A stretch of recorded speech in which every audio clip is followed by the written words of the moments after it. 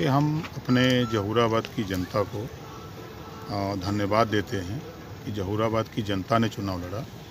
मैं चुनाव में उनके बीच में नहीं था और जहूराबाद की जनता ने 5 साल मुझे MLA बनाया और उनके बीच में जो उनके मुद्दे थे, जो उनकी लड़ाई थी, उसको लेके सदन से सड़क तक मिनिस्टर था तब भी लड़ा, मिनिस्टर से इस्तीफा दिया तब भी उसके बाद सदन से सड़क तक उनकी बात को लड़ा और जहूराबाद की जनता ने ओम प्रकाश पे विश्वास किया।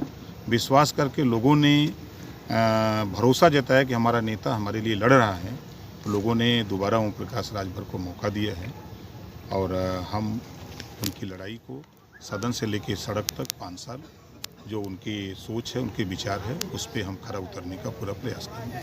मंत्री जी, आपका जादू पूरा प्रदेश में नहीं चला, प्रदेश में फिर से योगी सरकार। देखिए, आप गाजीपुर देख लीजिए, मऊ देख लीजिए, आजमगढ़ देख लीजिए, अम्बेडकर नगर देख लीजिए, बलिया देख लीजिए, हम जहाँ काम करते हैं, आप बस्ती देख लीजिए, संत कबीर नगर देख लीजिए, जहाँ हम हैं वहाँ तो हम सफल हैं, ऐसा तो नहीं है। अब बाहर हम कितना प्रयास में हम फेल हुए, अब उस पर हम अध्ययन करेंगे। लेकिन बनारस में सर, देखिए, बनारस में हम लोग 80,000, 90,000, 92,000 वोट पा करके हारे हैं। रिजल्ट ज़रा देखिएगा, ऐसा नहीं कि हम लोग लड़ाई नहीं लड़े हैं।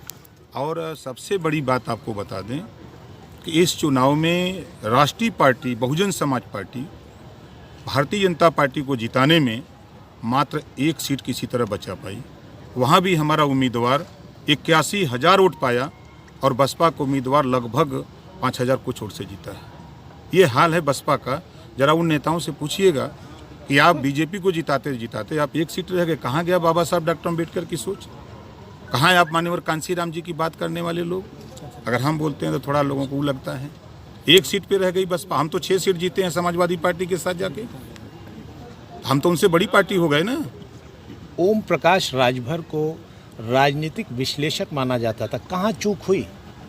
देखिए, अब उस पर हम लोग बैठ के अध्ययन करेंगे। कल हम लोग बैठेंगे, अखिलेश जी, हम लोग जैन जी, सब लोग बैठेंगे।